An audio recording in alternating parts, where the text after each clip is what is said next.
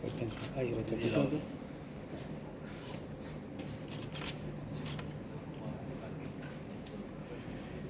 विमल भैया, देखिए, रिम्स को ठीक करना और बेहतर से बेहतर करना ये हमारी जवाबदेही है। और इस कड़ी में लगातार हम लोग काम कर रहे हैं। राज्य को ये मैसेज देना चाहता हूँ कि रिम्स जो है वो पहले से बेहतर हुआ है। और आज जो जीबी का बैठक था, इसमें कई महत्वपूर्ण निर्णय हमने लिया है। और निर्णय जो है मैं आपको बता देना चाहता हूँ कि त्यौहार को देखते हुए हमने जो हमारी जो एएनएम जेएनएम जो थी, जो कार्यरत थी, उसकी सैलरी हम लोगों ने बढ़ा दिया है। आउटसोर्सिंग को भी हम लोगों ने राहत दिया है। दूसरा है कि रिम्स और भी जो लोग कार्यरत हैं उसको भी हम लोग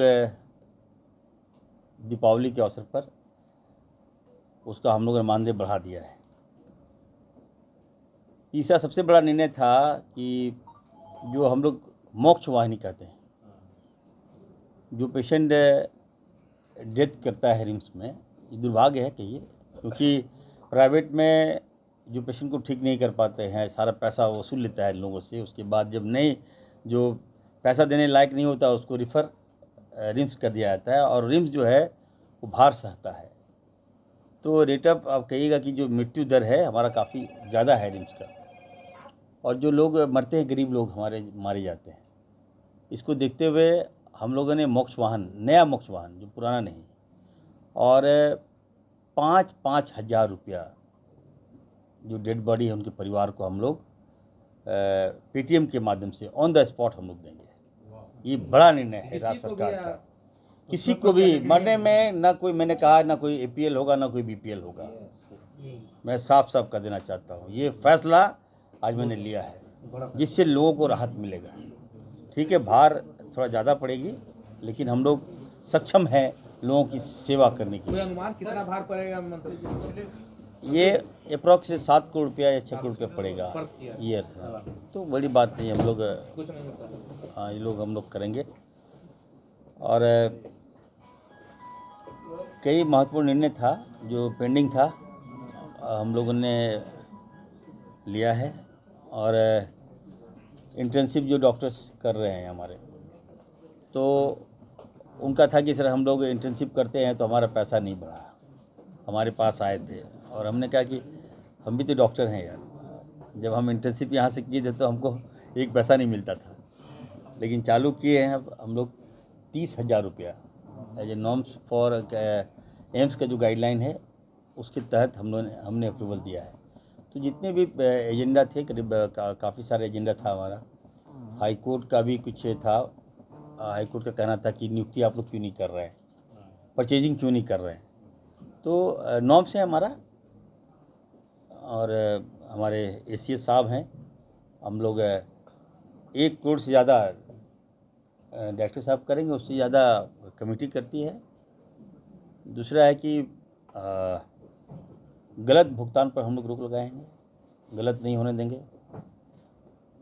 बिल्डिंग का भी काम है। अभी डायरेक्टर साहब ने कहा कि हम लोग पेशेंट का रेशियो बहुत ज़्यादा आ जाता है, फ्लो ज़्यादा है, सीरियस पेशेंट को हम लोग बेड नहीं दे पाते हैं। तो एक और जगह है जहाँ पे हम लोग ट्रांसफ़र कर रहे हैं पेशेंट को, तो वो भी हमने मंजूरी दिया है।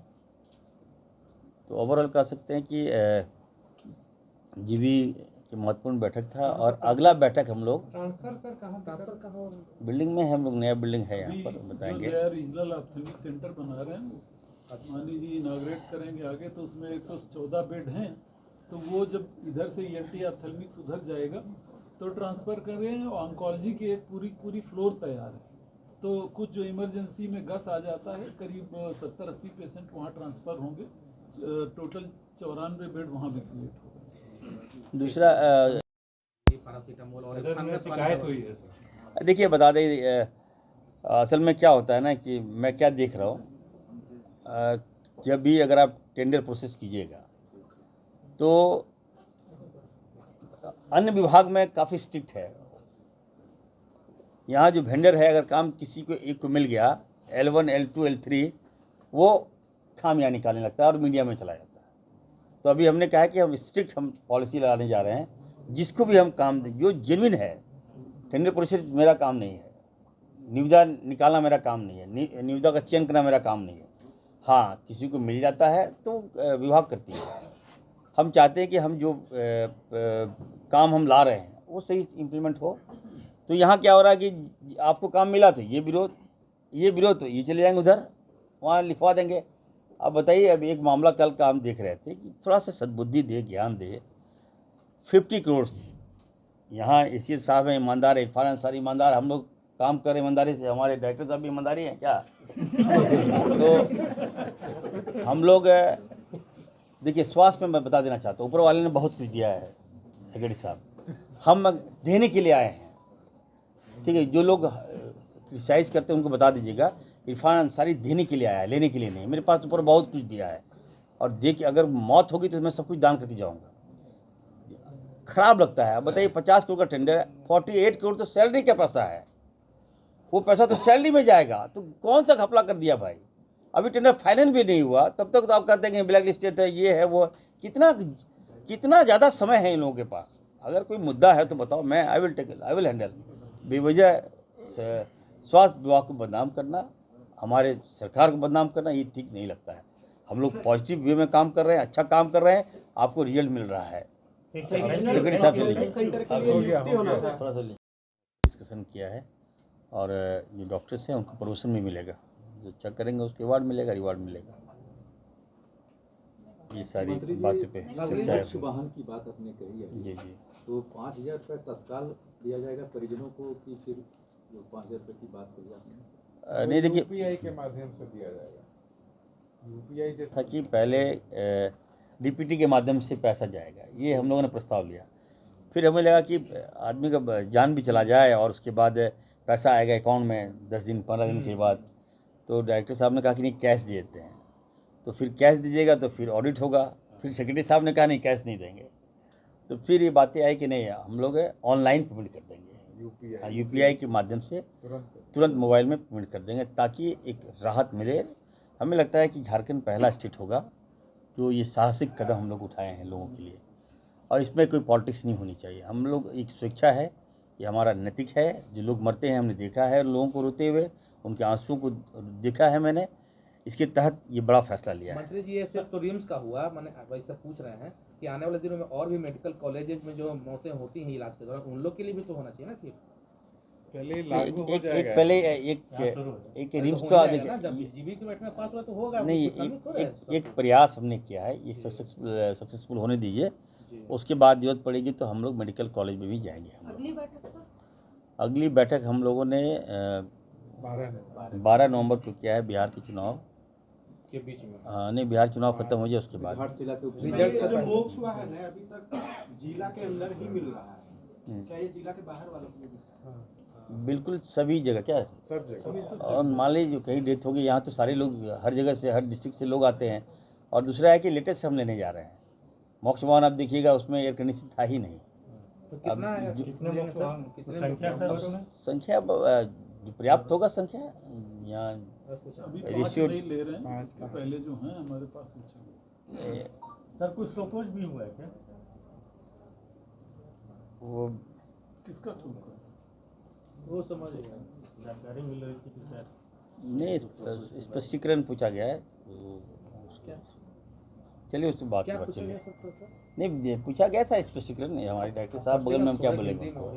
सर, एक महत्वपूर्ण सवाल है। आप लोग तो ऐसा बात बोलते हैं। मंत्री जी, गुमला की एक महिला थी, 108 नहीं मिला, रास्ते में ही मौत हो गई। 5 घंटा इंतजार रहा, लेकिन 108 नहीं पहुंचा। नहीं, ये तो देखिए, आप रघुवर दादी से क्या नहीं पूछ रहे थे? वर्तमान में आप मंत्री हैं सर। नहीं तो कितने लोग बताइए, अगर हम अच्छा काम कर रहे हैं, भाजपा से पूछिए, उसके शासन का 20 साल उन लोगों ने किया, कौन सा व्यवस्था करके रखा था। अभी हम लोग काम कर रहे हैं, अच्छा काम कर रहे हैं। अब ऐसा थोड़ा बहुत होता है तो उसको हम कार्रवाई करेंगे। 108 में जो भी हो, काफ़ी शिकायत भी मुझे मिला है। और आपको बता दें कि बहुत जल्दी जितनी पुराने एम्बुलेंसेज है, हम लोग उसको शिफ्ट कर रहे हैं।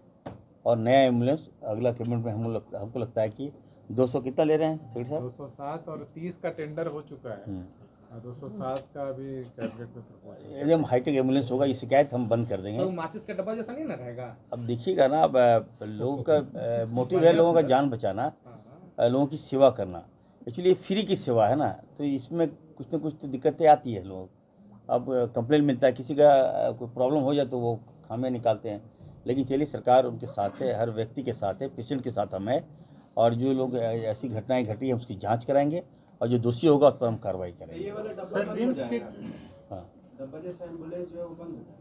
नहीं वो नहीं आपको पहले आपके घर भेजेंगे जो एम्बुलेंस वो कहाँ भेजिएगा?